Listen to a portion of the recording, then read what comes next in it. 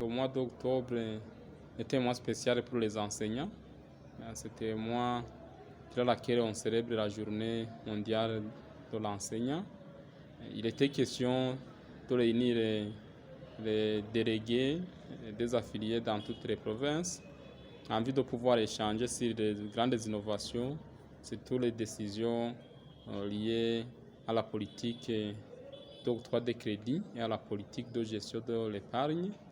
Il était également question d'adopter des stratégies pouvant permettre la réussite de l'encadrement de proximité des enseignants, surtout au niveau de la sensibilisation quant aux missions que la Fondation s'est assignée. Il était également question de voir comment renforcer le partenariat.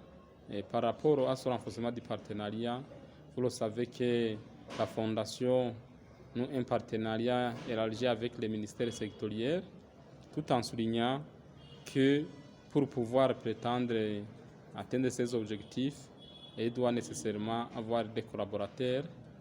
C'est dans son contexte qu'il a été convoqué au collège des représentants des affiliés pour pouvoir bénéficier des informations relatives aux réformes, surtout les réformes liées aux garanties qui sont exigées pour ceux qui sollicitent les crédits de plus de 10 millions, parce que dans ces derniers jours, on a observé des lamentations des enseignants qui ne parvenaient pas à avoir des crédits supérieurs à 10 millions, faute de titres de propriété. Mais ce défi vient d'être résolu. On a décidé qu'il faut un fonds de garantie allant jusqu'à 12,5% du montant supérieur à 10 millions sollicité par le demandeur de crédit. Nous avons également arrêté des stratégies qui réglementent l'épargne, le logement, les conditions dans lesquelles l'affilié peut passer à la fondation pour récupérer l'épargne déjà consentie. Il a été aussi question d'élaborer les éléments constitutifs du dossier de demande de l'épargne et sans oublier les éléments constitutifs du dossier de demande de crédit. Donc vous comprendrez bien que si une fois nos représentants provinciaux sont suffisamment informés, il est facile qu'ils parviennent le message à tous les enseignants éparpillés sur toutes les collines du pays. Et au regard de prestations de la Fondation, il est difficile de dire qu'il y a encore de grognes.